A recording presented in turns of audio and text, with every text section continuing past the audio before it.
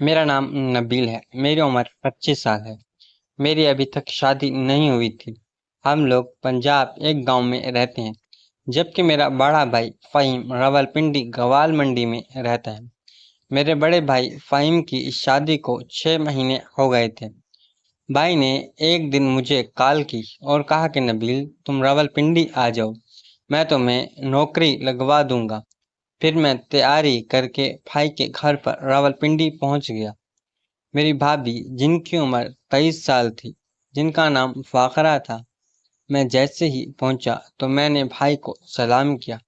بھائی نے مجھے گلے سے لگایا اور بھابھی کو بھی سلام کیا، اور پھر میرے بڑے بھائی فہیم بھائی کہنے لگے کہ فاخرہ، جاؤ میرے بھائی کے لیے ناشتہ وغیرہ کا انتظام کرو۔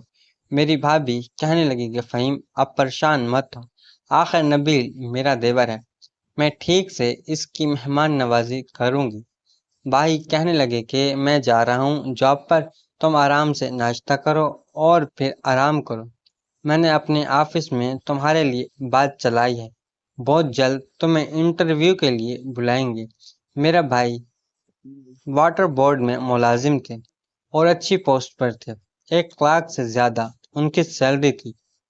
پھر بھائی چلے گئے، میں واش روم چلا گیا، ہاتھ منہ دھو کر واپس آیا تو بھابھی ناشتہ بنا کر آ گئی تھی۔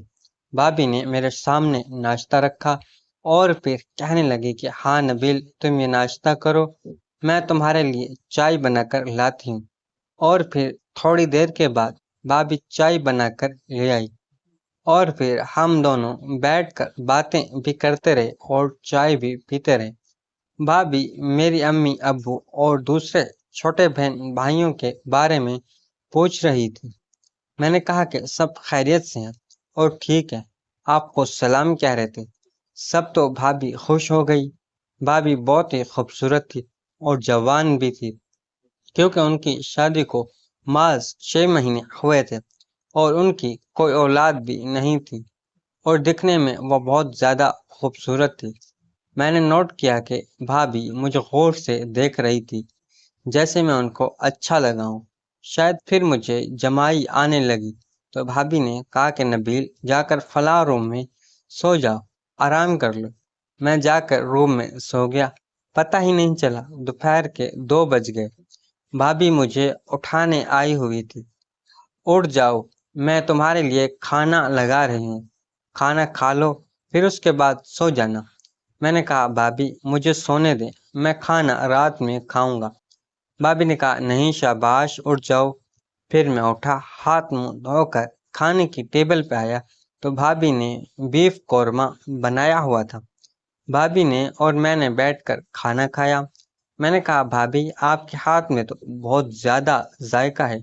بھابھی نے کہا کہ میری ہر چیز میں بہت اچھا ذائقہ ہے، بس تم ٹیسٹ کرنے والے بنو۔ میں نے کہا کیا مطلب؟ بھابھی کہنے لگی کہ صرف میرے ہاتھ میں ہی ذائقہ نہیں ہے، میرے اندر بھی بہت اچھا ذائقہ ہے، کبھی تم ٹیسٹ تو کرو۔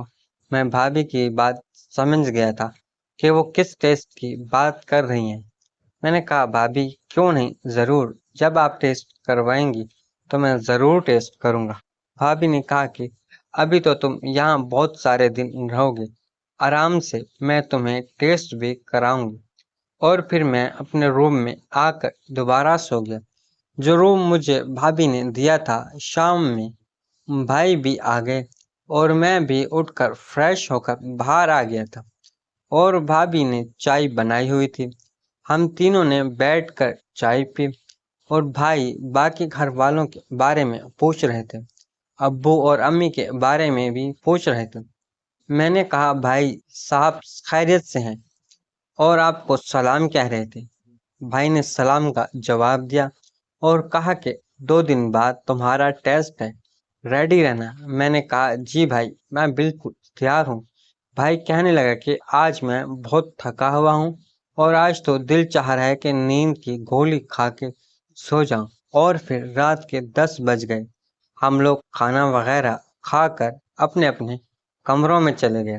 بھائی نے نیند کی گولیاں کھائی اور سو گئے۔